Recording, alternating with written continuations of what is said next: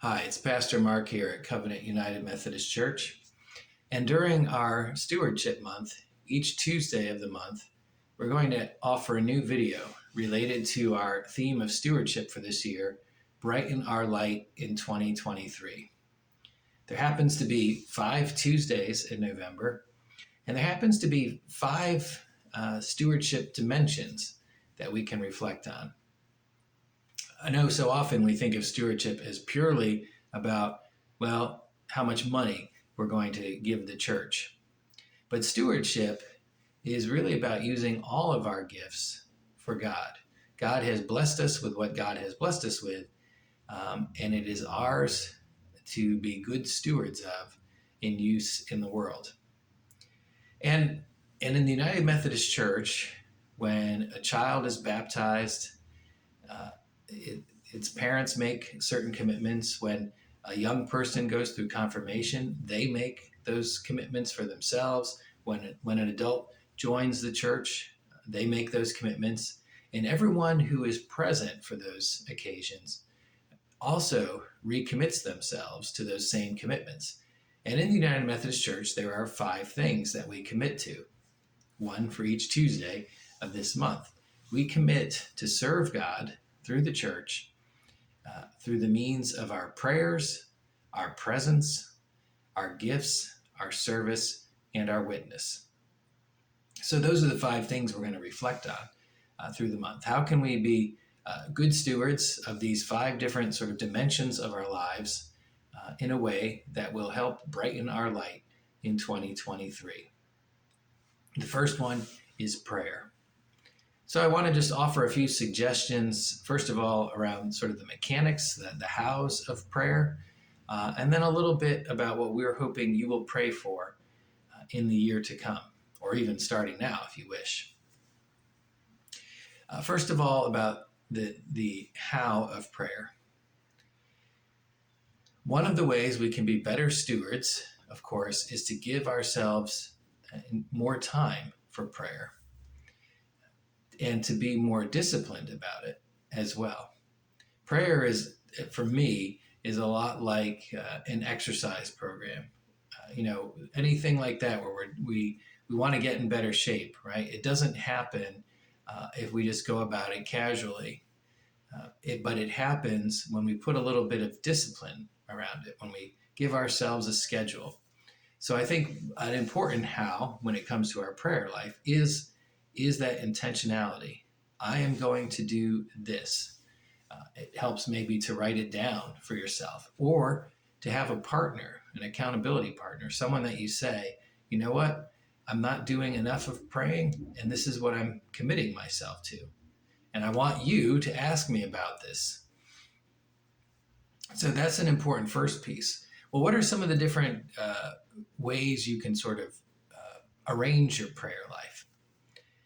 Well, consider the rest of your life, what your normal schedule is, what the normal kind of rhythms of your life are, and then consider where prayer would fit best in that. In other words, if you're an early morning person, if you get up early and you don't mind getting up early, if that's the time when you have some time to yourself, maybe you are a morning prayer. There's time in your schedule, or you can make time in your schedule to pray in the morning. Maybe at the lunch hour is a time when you have some time to yourself, whether it's going for a walk on your lunch break, or you can close your office door. But maybe that's a time in your schedule, when you've gone through a portion of the day, you're kind of more aware of needs, and you are more aware of what's coming. And that's the place and time for you to pray. Or, of course, maybe it's the end of the day. Maybe you're a night owl. Folks around you have turned in for the night, and you have some time for yourself. How about making some of that time not just for yourself, but for yourself and God? You really have to kind of choose the time and place that fits your schedule.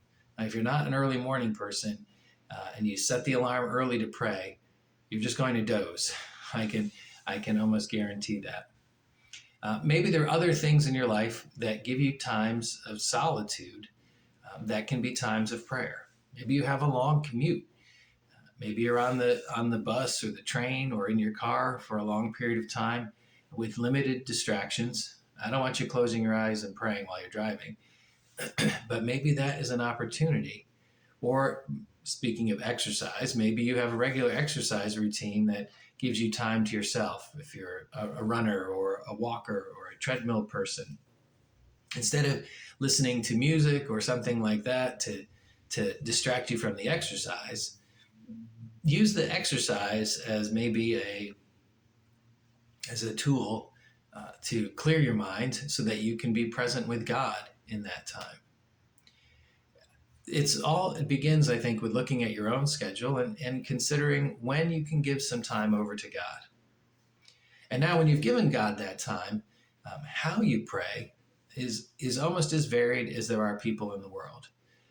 Just a few thoughts are some people, writing is an important part of their prayer life. Either they take time to write down specific people that they discover throughout the course of the day they want to be praying for, or they know need prayers or particular situations. And then when they go to God in prayer, they take out their list and they kind of work their way through their list. Some people, writing is their prayer. They just journal. They write what's on their hearts and know that what they write is going to God. And then they use those journals either to look back on and see how God has been at work, and that sort of reinforces their faith, or then they just continue writing as a way of doing that. For some people, prayer is about folding their hands, closing their eyes, and talking to God, either out loud or just in their minds. And for others, a lot of prayer is listening. It's about emptying their mind, more of a meditative state, and just listening for God to speak to them. There's no one right way to pray, and your prayer life may incorporate a lot of these things in different ways. It's all about figuring out what is comfortable for you. And if you're struggling with either the time or the content, it's something that you should feel comfortable talking either to someone whom has a good prayer life, talking to myself or Deacon Diana, or even maybe reaching out to a spiritual director if you really want to get invested in it, to work on that. And of course, there's lots of books out there too that can help you with your prayer life. Now, what do we want you to be praying for as we think about brightening our light? Well, of course, any prayer that you do is brightening your own light. Right? Any time that you spend connecting with God is drawing you further into the light of God's kingdom, and that will be reflected in your life, and other people will see it.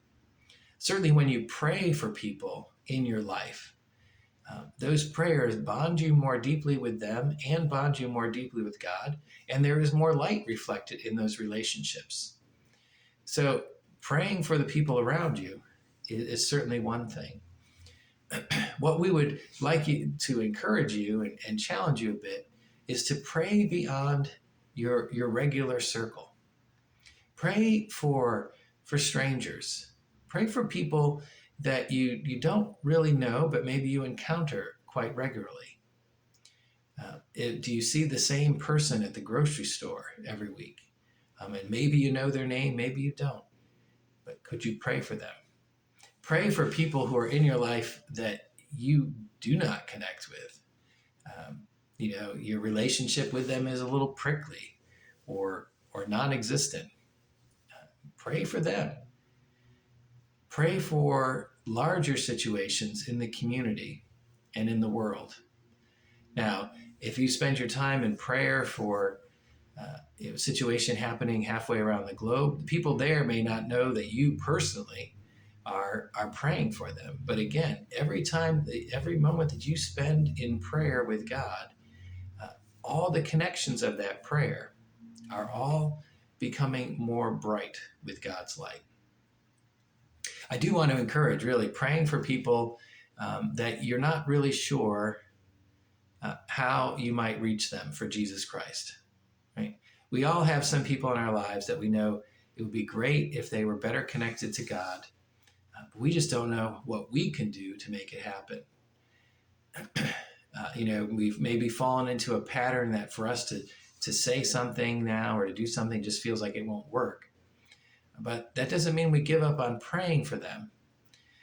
I remember several years ago, there were these three brothers who lived next door to us, and I did not have a good relationship with any of them.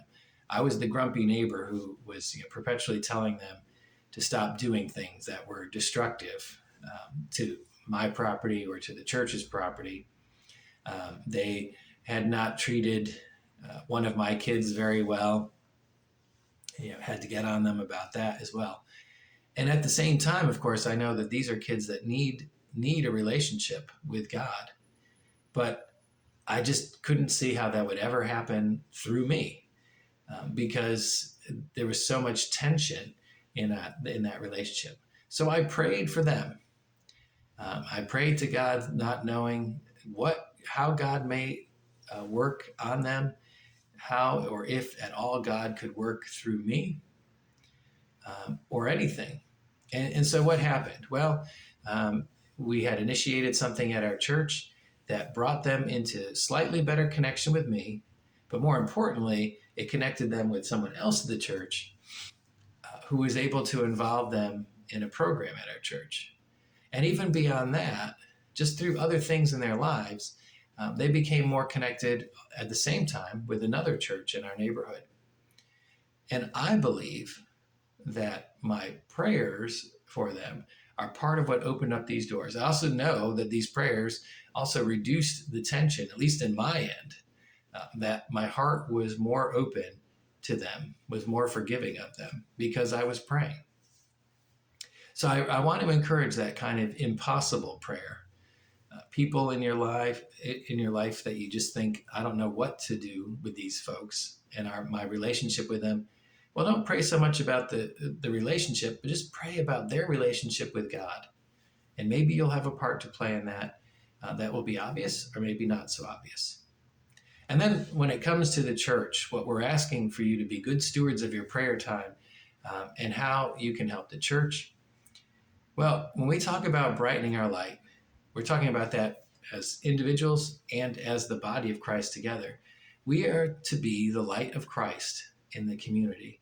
And we want to be the most effective witnesses of Jesus Christ in our community. And that is our simple prayer that we would like everyone to pray. Pray that Covenant United Methodist Church might be the most effective witness it can be for Jesus Christ in this community. That doesn't necessarily mean we're going to be super successful, but it means that people will clearly know that we follow Jesus Christ, that we love God, and that we love them, and that we believe that God loves them as well. So pray for your church that we might be the most effective witnesses for Jesus Christ in our community, and pray for yourself that you might be the most effective witness for Jesus Christ in the relationships in your life and in your relationship with the community that this church is called to serve. Together, if we are united in prayer, if we are all praying for that light to shine more brightly here at Covenant, it cannot help but shine more brightly. Because every moment that we spend in prayer with God is a moment that we draw closer to God and closer to God's kingdom, and therefore reveal more of the light of God to the world around us. So pray to God. Pray for those that you know. Pray for those who you don't know, but you know you could be connected with through prayer. And pray for your church. Thank you for listening and watching today. And I pray for you today that you, as you go through your day today, go through your week this day, that you will know that you are the light of the world